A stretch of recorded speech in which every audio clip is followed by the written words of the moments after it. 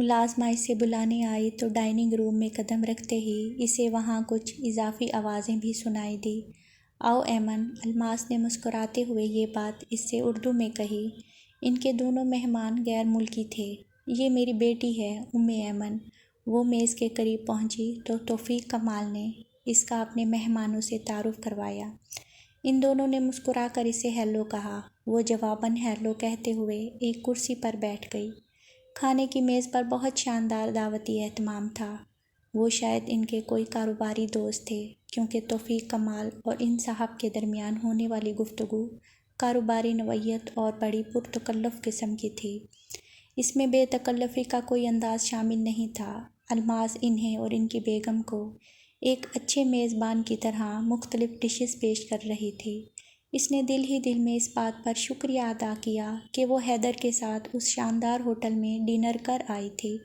اس طرح کے پرتکلف ڈنر میں کس طرح کے مینرز کا خیال رکھنا پڑتا ہے، وہ اس ہوٹل میں جانے سے پہلے بھی یہ بات جانتی تھی، لیکن خالی کتابوں میں پڑھنے اور خود عمل کرنے میں زمین آسمان کا فرق ہوتا ہے۔ اگر وہ اس روز اس کے ساتھ ڈنر کرنے نہ گئی ہوتی تو اس وقت اسے کافی مشکل پیش آتی۔ اس نے تکلفاً اپنی پلیٹ میں ایک دو چیزیں ڈال لی تھی اور آہستہ آہستہ انہیں کھانا شروع کر دیا تھا۔ اور آپ کیا کرتی ہیں؟ ابھی تو یقیناً پڑھ رہی ہوں گی۔ وہ چائنیز دوست اچانک اس کی طرف متوجہ ہو گئے تھے اور وہ اس کے چہرے پر ہوائیاں اڑنے لگی تھی۔ وہ اتنی دیر سے ان لوگوں کو آپس میں مصروف دیکھ کر مطمئن سے انداز میں بیٹھی ہوئی تھی۔ اسے امید نہیں تھی کہ وہ یوں براہ راست اس سے مخاطب ہوں گے۔ میں نے گریجویشن کیا ہے، بمشکل وہ یہ جملہ بول پائی۔ اس کی انگریزی لکھنے پڑھنے کی حد تک تو اچھی تھی، مگر بولتے ہوئے ایک جھجک سی محسوس ہوا کرتی تھی۔ مگر یہاں ان غیر ملکیوں کے ساتھ انگریزی میں اعتماد کے ساتھ بات کرنا اس کے لیے بالکل ناممکن کام تھا۔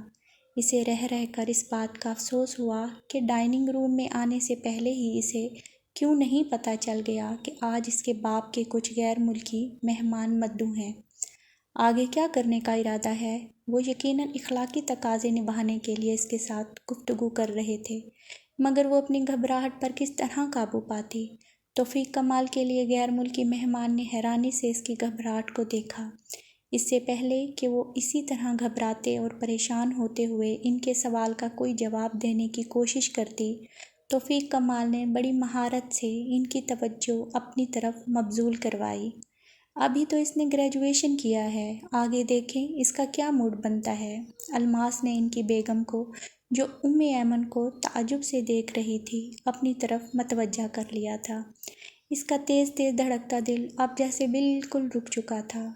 جس بات سے وہ ڈر رہی تھی وہ ہو چکی تھی۔ باقی سارے وقت توفیق کمال اور الماس نے اپنے مہمانوں کو باتوں میں اس طرح مصروف رکھا تھا کہ وہ ایک پل کے لیے بھی ایمن کے بارے میں کچھ سوچنے یا حیران ہو کر اسے دیکھنے کے لیے وقت ہی نہیں نکال سکے تھے۔ کھانے کے بعد وہ لوگ واپس ڈرائنگ روم میں چلے گئے۔ ان لوگوں کے اٹھتے ہی وہ بھاگتی ہوئی سیڑھیاں چڑھ کر اپنے کمرے میں آ گئی تھی۔ اس کی آنکھوں سے بڑی تیزی سے آنسو بہہ رہے تھے۔ جو کچھ ہوا وہ نہیں ہونا چاہیے تھا۔ اس طرح اس کے باپ نے اس کی ماں کو قبول کرنے سے انکار کر دیا تھا، اب اسی طرح اسے بھی رد کر دیں گے۔ باپ کی نظروں میں کچھ تھوڑی بہت عزت یا اہمیت پانے سے پہلے ہی وہ سب کچھ غلط کر آئی تھی۔ وہ واقعی صرف شکل و صورت میں ہی نہیں بلکہ اپنے ہر انداز میں اپنی ماں جیسی تھی۔ روتے روتے پتہ نہیں کب اس کی آنکھ لگ گئی تھی اور پھر صبح فجر کے وقت اس کی آنکھ کھلی تھی۔ اٹھنے کے ساتھ ہی اسے کل رات کا سارا واقعہ ایک دفعہ پھر یاد آ گیا تھا۔ اس نے اٹھ کر نماز پڑھی۔ پتہ نہیں کیوں اسے ابھی بھی رونا آئے چلا جا رہا تھا۔ وہ جائے نماز پر بیٹھی روتی رہی۔ یہاں اسے گلے لگا کر پیار کرنے والا کوئی نہیں تھا۔ تم کیوں رو رہی ہو ایمن؟ یہ پوچھنے والا کوئی نہیں تھا۔ اسے اپنے آنسو خود ہی صاف کرنے تھے، سو اس نے خود ہی انہیں صاف کر لیا تھا۔ ناشتے کے لیے بلائے جانے پر اس کا دل چاہا کہ وہ منع کر دے۔ اس میں باپ کا سامنا کرنے کی ہمت نہیں تھی۔ وہ ان کی آنکھوں میں لکھا یہ جملہ کیسے پڑھ پائے گی کہ میں تمہیں قبول نہیں کرتا ایمن، تم میری بیٹی کیسے ہو سکتی ہو؟ تم صرف زینب بشیر کی بیٹی ہو۔ لیکن اسے باہر تو نکلنا تھا۔ وہ مردہ قدموں سے خود کو گھسیٹتے ہوئے ڈائننگ روم میں آ گئی۔ آج ناشتے کی میز پر توفیق کمال کے ساتھ الماس بھی موجود تھی۔ وہ کل کی طرح اخبار پر نظریں دوڑاتے ہوئے ناشتہ کر رہے تھے۔ الماس ڈائننگ پر تھی، اس لیے وہ فریش فروٹ سے لطف اندوز ہو رہی تھی۔ اسے کچھ کھانے کی خواہش ہی نہیں ہو رہی تھی۔ اس نے اپنے لیے کپ میں تھوڑی سی چائے ڈال لی تھی۔ ٹیبل پر نظریں جمائے وہ چائے کے گھونٹ حلق سے اتارنے کی کوشش کر رہی تھی۔ وہ ناشتہ ختم کر چکے تو اخبار دور ہٹاتے ہوئے انہوں نے آنکھوں پر سے گلاسز اتارے۔ آج ڈرائیور کے ساتھ جا کر اپنے لیے کپڑے خرید لینا۔ انہوں نے نوٹوں کی ایک گڈی اس کی طرف بڑھائی۔ ان کا لہجہ ویسا ہی سپاٹ تھا جیسا کل صبح اس نے ناشتے کی میز پر بات کرتے ہوئے تھا۔ اس میں نہ ہی محبت تھی، نہ ہی نفرت، اور نہ ہی غصہ اور نہ ناراضگی۔ اس میں کسی بھی طرح کے جذبات تھے ہی نہیں۔ الماس اپنی پلیٹ کی طرف متوجہ تھی۔ وہ نہ ان دونوں کی طرف دیکھ رہی تھی اور نہ ہی انہوں نے اس بارے میں کوئی تبصرہ کیا تھا۔ مجھے آپ کے پیسے نہیں چاہیے، آپ اپنے پیسے اپنے پاس رکھیں۔ پیٹھ پیچھے وہ ان کے لیے اس طرح کے جملے سوچ سکتی تھی، مگر منہ پر بولنے کا تو وہ مر کر بھی تصور نہیں کر سکتی تھی۔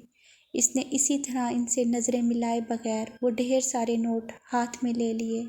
کل رات صرف اس کے اعتماد سے عاری چہرے اور ان کے گھبراتے بے وقوفانہ انداز ہی نے انہیں، بلکہ ان کے لباس نے بھی انہیں ان کے مہمانوں کے سامنے شرمندہ کروایا تھا۔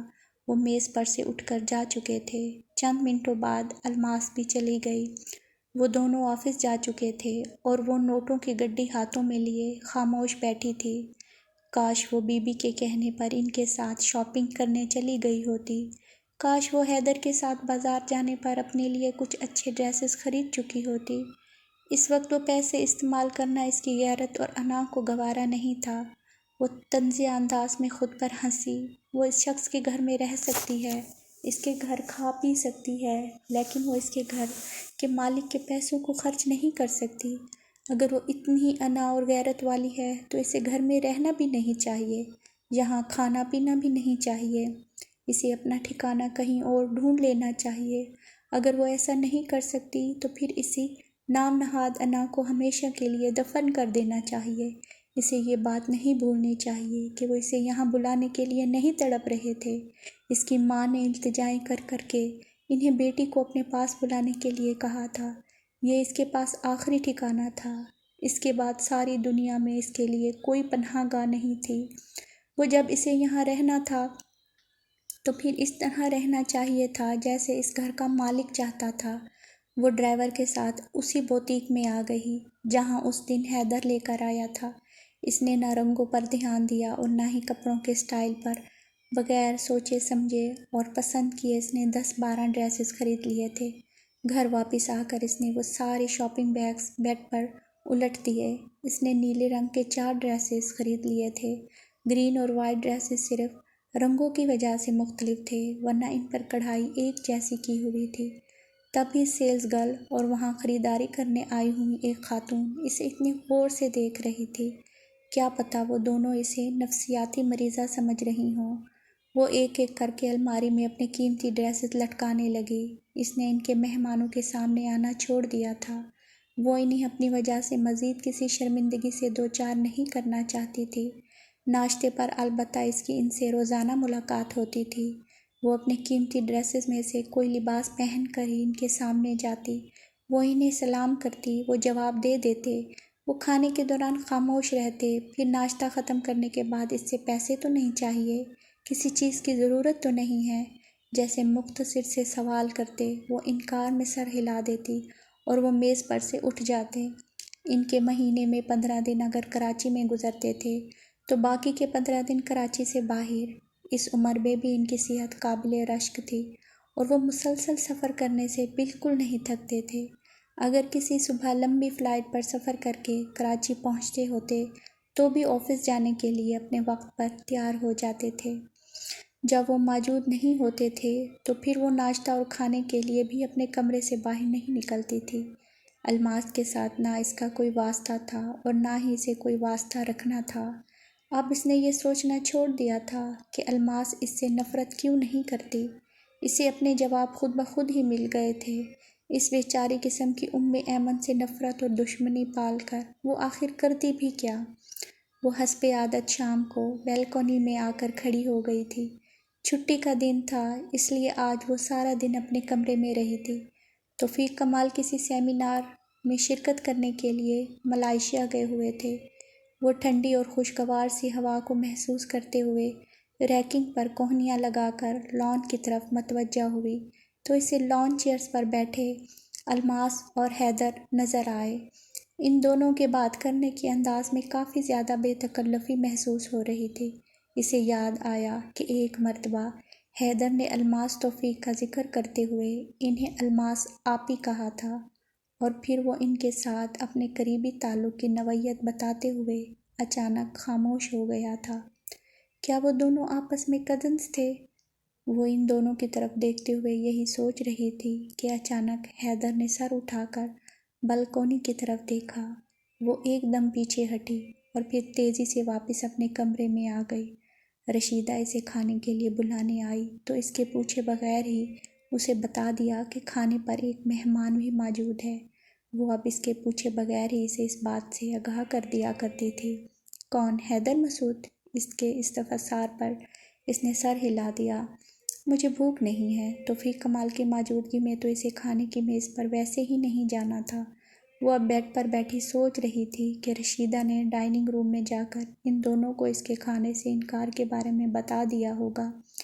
اتنی دیر سے اگر وہ ان دونوں کے درمیان موضوع گفتگو نہیں بنی تھی تو اب ضرور بنے گی۔ وہ تو ہر بات سے واقف تھا۔ وہ توفیق کمال اور الماس توفیق کے انتہائی قریبی افراد میں شامل تھا۔ وہ جانتا تھا کہ جاری ہے ابھی